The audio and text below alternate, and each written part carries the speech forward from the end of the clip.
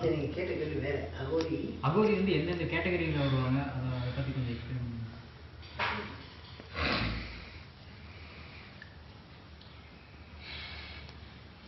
இந்த மனிதனுடைய பிறப்பு முக்தியை அடைவது, அதுதான் உண்மை. காரை வாங்குறதோ, பங்களா வாங்குறதோ, பொண்டாட்டி கழுத்தில் செயினை கொண்டு போய் போடுறதோ, இல்லை பேங்க்ல பேலன்ஸ் வைக்கிறதோ அல்ல. என்னதான் பண்ணாலும் முற்றுப்புள்ளி ஆன்மீகத்தினுடைய கடைசி படிக்கட்டு முக்தி, கடவுளோட போய் சேர்றது தான். அது நீங்க எந்த வழியை பிடிச்சாலும் முக்திக்கு போகலாம். இப்ப உங்க அம்மா உங்க வீட்டுல பட்டை, லவங்கம், வெள்ளைப்பூண்டு போட்டு சமையல் பண்றாங்க. இந்த வெங்காயம், பட்டை, வெள்ளைப்பூண்டு இதெல்லாம் எங்க வீட்டுல ஆகாது அப்படின்னா உங்க வீட்டு சாப்பாடு இல்லையா? அது ஜீரணிக்கு இல்லையா? எங்க வீட்டு சாப்பாடு ஒண்ணுமே இருக்காது, சப்பாதான் இருக்கும், அது சாப்பாடு இல்லையா?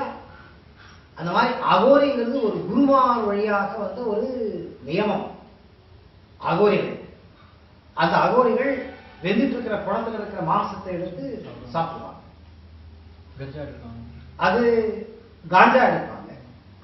அது தவறுன்னு நாம நினைச்சா அது தவறுதான். சீரடி சாய்பாபா தான் பங்கி அடிச்சுட்டு இருந்தாரு.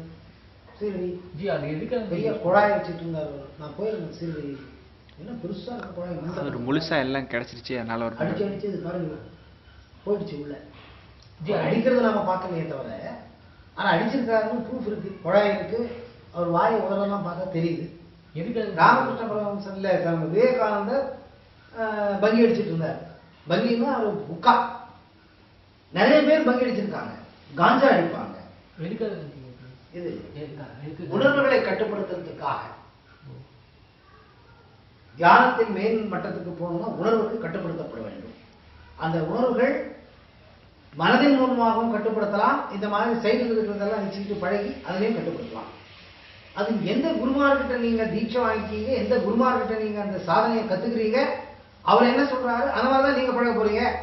உங்க குரு தண்ணி அடிச்சாலும் நீங்க தண்ணி அடிக்கிறீங்க, உங்க குரு பீடி அடிச்சாலும் நீங்க இப்படி நீங்க பழகிட்ட போங்க. சாக்கடை சித்தர் இருப்பார், சாக்கடை தான் உட்காந்து ஒரு நிமிஷத்துக்கு 50 சிகரெட் 50 பீடி இழுத்து போடுவார். ஒரு பப்பு தான் இழுத்து போட்டுட்டே இருப்பார். அவருக்கு பிரசாதம் பழமோ அல்ல, பீடி கட்டு. அழுக்க மூட்ட சித்தர் அப்படின்னு ஒருத்தர் இல்லை, அவரு தான் பீடி. எப்படி இது நீங்க வந்து உடம்புல சுத்தம் இருக்கணும், அழுக்கு இருக்கக்கூடாது, ஒன்றும் இருக்கக்கூடாதுன்னு சொல்றீங்க, அதனால இப்படி பண்ணணும் அப்படி பண்ணணும்னு நான் வீடியோ போடுறது கிடையாது. எப்படி இந்த மாதிரி இருக்கிறவங்கலாம் எப்படி முக்தி அடைகிறாங்கன்னு கேட்கலாம் கேள்வி. கேட்கறேன், நானே கேட்டு சொல்றேன்.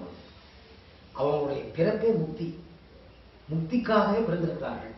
எத்தனையோ ஜென்மத்தில் சாதனை பண்ணி அடைய முடியாத ஒன்றை இந்த ஜென்மத்தின் பிறப்பிலேயே அவங்க வந்து வாங்கிட்டு வந்தாங்க.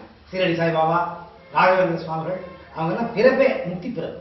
ரமண மகரிஷி, ராகவேந்திர சுவாமிகள், நம்ம ராமகிருஷ்ண பரமஹம்சர் பிறப்பே முக்தி பிறப்பு. அவர் மீன் சாப்பிட்டு இருந்தார். ராமகிருஷ்ண பரமஹம்சர் மாமிச உணவு, புலாவ் உணவு சாப்பிடக்கூடாதுன்னு இருக்கு ஆன்மீகத்துல. அவர் சாப்பிட்டாரு. ராமகிருஷ்ண பரமஹம்சர் ஜீவன் முக்தி அடைந்தவர்.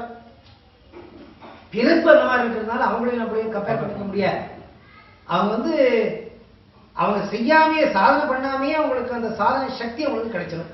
ஏன்னா ஜென்மாந்தரத்துல பண்ணதை அவங்க சேஃப் கிரெடிட் அக்கௌண்ட்ல வச்சிருக்காங்க பேங்க்ல.